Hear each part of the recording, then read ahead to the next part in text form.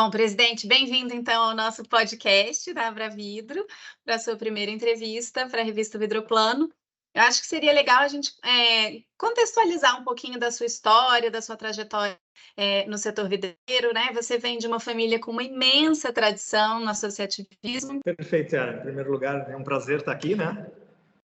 E uma grande honra também estar aqui representando a categoria vidreira aqui do nosso país, né? Mas o primeiro sentimento realmente é responsabilidade, né, Yara? Eu não sei bem se isso é herança ou sucessão, né?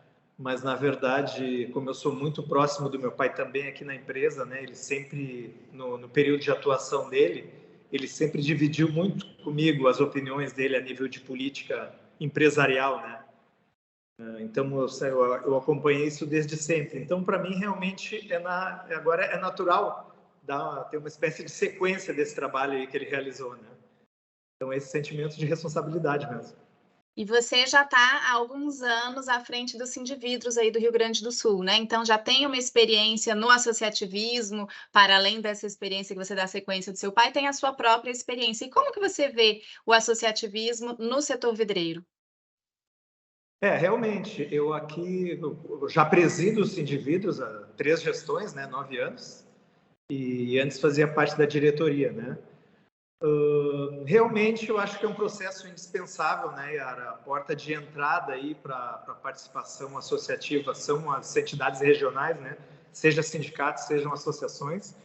E eu vejo realmente que é indispensável o pessoal participar, porque é ali que se discutem as diretrizes e o futuro do setor, né? Ali você está debatendo com pessoas do seu setor, pessoas diretamente interessadas no desenvolvimento do setor. Então, eu vejo como indispensável a participação de todo mundo, né? Vejo ainda pequena essa participação. A gente vê estados mais expoentes, né? Tipo o Paraná, aí você vê muita participação associativa, né, na entidade. Mas eu acho que é muito pequena a participação associativa no nosso país. A gente vê o Nordeste, o Norte ali, alguns estados sem representatividade. Eu vejo que a gente tem que evoluir muito nesse sentido. Bacana. Você falou, né, da questão da responsabilidade de estar nessa posição. Qual que é o tamanho da responsabilidade de gerir uma entidade do porte da Abravidro, uma entidade nacional com 30 anos de história? Como que é isso? Eu acho que é do tamanho da entidade, né? É enorme do tamanho da entidade, representa o país inteiro, né? A entidade de maior representatividade no nosso segmento inteiro, no Brasil, né? E principalmente após a gestão aí do presidente Domingos, né? Que foi uma gestão muito vencedora, né? Uma gestão de muito destaque. Então, realmente, uma responsabilidade enorme aí. E eu, com certeza, vou me esforçar ao máximo aí para seguir dando sequência no trabalho que vem sendo realizado pelos presidentes anteriores.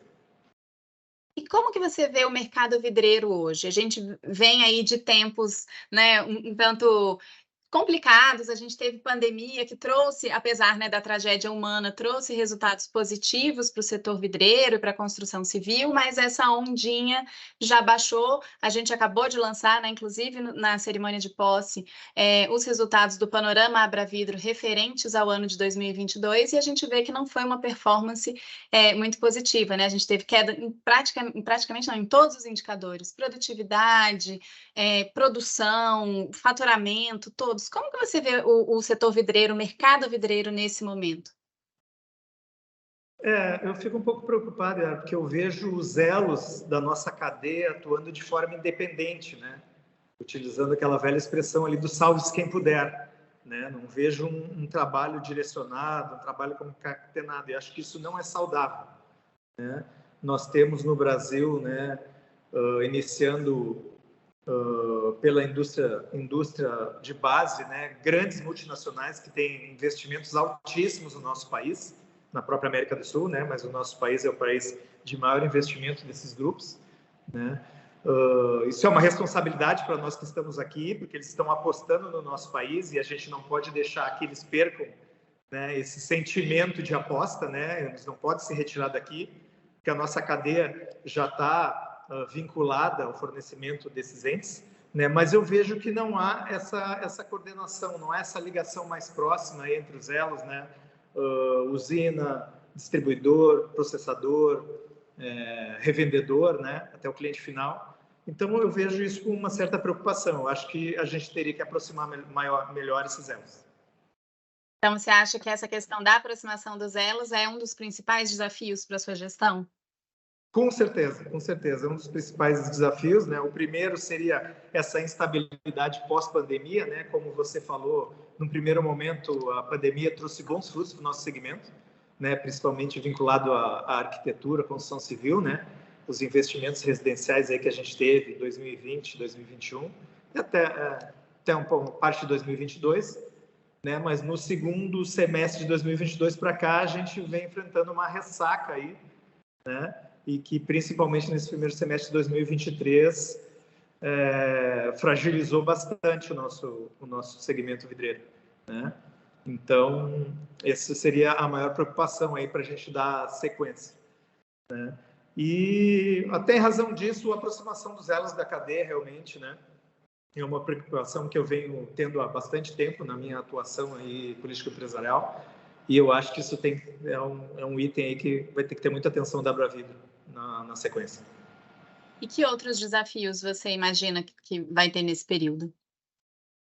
Olha, eu vejo a necessidade aí, né, de um debate tributário no nosso setor, né, em que pese a definição tributária é feita pelos entes formalmente constituídos para isso, né, Congresso e tudo mais. Mas eu vejo que realmente a gente pode tentar interferir nesse processo aí, né, com a experiência que a gente tem, com os receios que a gente tem da situação do nosso segmento. Com a mudança de governo aí, a gente vê uma certa janela aí para atuação nesse sentido. Então, eu acredito que a atuação nesse sentido aí seria indispensável para a gente tentar equilibrar um pouquinho mais o nosso segmento. E quais que são os seus principais objetivos como presidente da Abravidro? Enfrentar essa questão tributária, que é tão delicada para a gente, e que outros objetivos você tem? Exato. Eu vejo que a gente já tem uma entidade madura, né? Uma entidade que está tendo variações de gestão, né? E amadurecendo a cada gestão, a cada presidente que passa na entidade. Eu vejo que um dos principais objetivos é buscar o crescimento sustentável do nosso setor, o amadurecimento do nosso setor para um crescimento sustentável de todos os elos da cadeia. Tá. E você já tem em mente projetos que você quer ver a Abravidro realizar nesse período? O primeiro seria o debate tributário, realmente, né? Isso eu venho trazendo já de algum tempo, né? Então, realmente a gente promover, né, um debate tributário e ver se é possível a gente avançar nesse sentido aí de uma legislação tributária para o nosso setor que seja mais equilibrada. E o segundo seria aproximar também a Abravidro do mercado, né? A gente ter um aumento de associados da Abravidro e procurar promover, né, essa parte associativa também no Nordeste do país, aí que eu vejo um pouco não participativo. A gente tem ainda uma carência, né, de entidades no Nordeste. A gente tem no Brasil a Abravidro e 13 entidades regionais afiliadas, mas elas estão muito concentradas aqui no Sul, Sudeste, Centro-Oeste. O Nordeste tem uma entidade, né, que é a Devibase, Bahia e Sergipe, mas ainda o número de associados e a atração mesmo, assim, da entidade lá, mais devagar. E o Norte, né, uma região imensa, e pouco representada. Então, é interessante também essa perspectiva de desenvolver e estimular o associativismo também nessas regiões. Exatamente. A gente tem uma usina de base que está situada no Nordeste, né? E grandes processadores, né? Significativos processadores que estão na região, assim, ali. Então, a gente precisa desenvolver associativamente também a região. Legal. Você tem alguma preocupação em relação a como a cadeia vidreira se organiza atualmente? Você falou da questão da aproximação dos elos, né? Mas e a questão da organização, da atuação de cada elo? Como você avalia isso? Eu vejo surgirem operações de distribuição entre os elos, né? Onde a gente já vinha alguns anos com margens espremidas na atuação direta, e mesmo assim surgiram operações de distribuição, né? Eu acredito que só a flexibilidade tributária que permite isso, né? Então, essa é a minha grande preocupação nesse sentido, da organização da cadeia, né? O que um debate sobre essa questão tributária pode vir a contribuir também com a solução dessa questão. Rafael, a divulgação de conteúdo técnico, principalmente relacionada às normas técnicas vidreiras, é uma das maiores bandeiras da Abravidro, né? A gente tem a conformidade técnica como um norte nosso. A gente cedia o CB37, atua fortemente na divulgação das normas técnicas, na atualização, no desenvolvimento de novas normas. Isso vai continuar sendo um dos focos da entidade na sua gestão? Com certeza, com certeza. A Abravidro tem protagonismo desse processo, né? Com o CB37 localizado na entidade, e eu acho que o segmento não pode perder a mão de atuar e definir corretamente a parte de normas de acordo com os interesses do segmento, né? A gente tem as próprias usinas de base que trazem as experiências de fora do país aí, que tem pessoal técnico que contribui bastante também nesse processo. Então, realmente, a Abravidro não pode perder esse protagonismo. Bacana.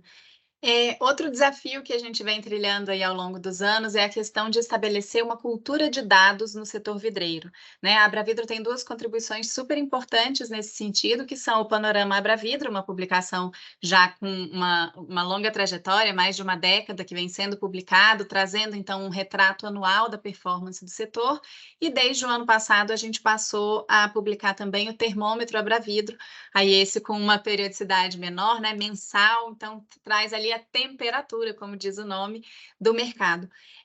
Qual que você acha que é a importância dessa questão dos dados para o setor, seja para a gestão das empresas, seja para a entidade, seja para o setor como um todo, e para os diversos elos da cadeia? Como você enxerga essa questão? Olha, Yara, qualquer gestor, né, sabe que a gestão de dados é indispensável para o direcionamento do negócio, né? Para saber o eletrocardiograma do negócio, para saber se o seu negócio está saudável ou não, né? Então, eu acho que a gente tem que continuar o trabalho que a gente já está realizando de divulgação, né, tanto do panorama quanto do termômetro, né? As entidades regionais têm um papel fundamental nesse processo, né, porque elas distribuem também essa atuação que hoje é realizada pela Abravidro, né? E a aproximação da Abravidro com o mercado no geral, eu acho que pode vir a trazer bons benefícios nesse sentido aí, né? À medida que o mercado todo entender, né, a importância dessas informações e a seriedade com a qual a Abravidro trata essas informações, né, de forma sigilosa e tudo mais, eu acredito que o pessoal vai contribuir cada vez mais, e isso vai trazendo números mais robustos aí, mais seguros, para a gente avaliar como é que está indo o segmento vidreiro em nível nacional. Tá ótimo. Você tem algum recado, alguma mensagem que você quer deixar para os seus colegas do setor vidreiro? Olha, em níveis gerais, né, Yara, em primeiro lugar, eu acho que prudência é a palavra do momento, né? A gente está passando por um momento delicado de redução de consumo, né? Então, realmente, o empresário ele tem que ter prudência tanto nas questões financeiras, de investimento e de gastos, né, quanto nas questões tributárias, né? Muita prudência nesse momento aí, porque essa conta pode vir ali na frente, né? E o segundo seria o otimismo, né? O consumo do vidro é cíclico, sempre foi, né? Tem que ser altos e baixos em diversos momentos da história aí que a gente viu, né? Mas o vidro nunca foi substituído, né? Acredito que não seja substituído na nossa geração, talvez nas gerações futuras, né? Com o nível de desenvolvimento tecnológico que existe hoje, a gente não pode dizer que nada mudará, né? Mas com certeza na nossa geração o vidro não vai ser substituído. Então, né, em que pese a construção civil reduz a sua velocidade, em algum momento o vidro vai precisar entrar na obra, né? Reduz o consumo de veículos automotores, ok, mas o vidro vai continuar sendo ser consumido. Então, sempre manter esse otimismo aí na atuação, porque em algum momento o mercado vai virar e a roda vai começar a girar rápido de novo, e a gente tem que estar vivo aqui para seguir contribuindo com o segmento. Rafael, queria te agradecer, então, pela sua participação aqui com a gente no nosso podcast, desejar muito sucesso na sua gestão e certamente a gente vai se encontrar por aqui de novo. Com certeza, eu que agradeço a oportunidade, agradeço a confiança aí do segmento em acreditar aí nessa nova gestão, e um abraço aí a todos os espectadores aí do nosso podcast.